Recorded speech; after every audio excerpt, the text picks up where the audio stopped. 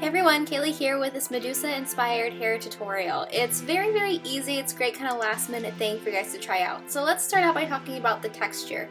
I went ahead and slept with my hair in a French braid the night before, so my hair would have a little bit more wave to it. It just helps you to be able to bulk out the braids a little bit. It's optional, but it does help if you have fine straight hair like me. Now let's move on to making the braids. Our first braid is going to be on the left side of your head, and you're going to go ahead and just take a big section from right behind / above your ear, and then you're going to go ahead and braid that entire section, and once that section is completely braided, go ahead and secure it with a small band. Now moving on to braid number 2, you're going to start on the other side of your head and take a big section right around your ear, and this one you're going to braid downward. And once you finish it off, go ahead and secure it with a small band.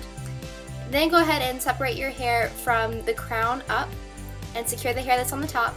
And for this bottom bit, I went ahead and did a Dutch braid going toward the right. Now, if you don't want to Dutch braid, or if you're not as good at Dutch braiding, you can do a French braid or you can do a normal braid. Either one will work in this situation. You just want to make sure to go ahead and incorporate all of the hair so you don't have any left hanging out. Then of course finish it off with a normal braid and secure it with a small band. And we've got the last one. All I did for this was to braid it straight down and secure it with a band. If you want, you could break it into 2 braids so that you can cover more of your head with braids, but I liked how this looked with just having 4 braids instead of 5. Once you're done, go ahead and pull the braids apart to make them look extra big so you look like you have tons and tons of hair. If you have fine hair like me, this is a very essential step. And now we're going to work on pinning them into place. So basically we're going to start off by braid 1, and you're going to go ahead and take that one from the left side of your head, wrap it over the top of your head, and pin it in place. Then take the Dutch braid from the back, which is braid number 3, and go ahead and wrap it behind that first braid and pin that in place. What I did to pin it in place was to tuck it underneath the base of braid number 1 so that it wouldn't be showing, but it's okay if you can't quite reach it because we have more braids coming around that you'll be able to cover it with.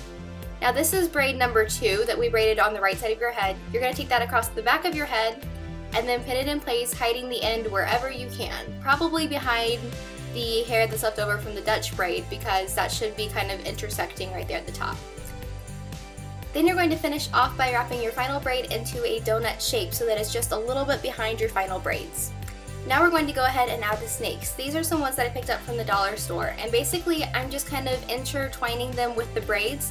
That way you don't have to worry about trying to bobby pin the snakes because that's like basically impossible. One tip is don't really pin the braids down too much until after you already have the snakes in, or else it will make it hard to put the snakes into your hair. So what I've done here is I put 3 on the front braid and 2 on the back braid, and then I have 2 bigger snakes just to kind of fill in these gaps right here. So what I did to hold that one there was to take a small piece of hair and pin it over the snake, and that held it in place just fine, and I tucked the tail into my braid. And then on the other side I just tucked it into the little donut shaped braid that we have on top. And that's it. If you want these snakes to look a little bit better, you can always paint them whatever color scheme you have going on in your costume before putting them in, and that might make it look a little bit better as well. I hope you guys like this. Be sure to check out my other Halloween tutorials, and I will see you guys soon with another video. Bye!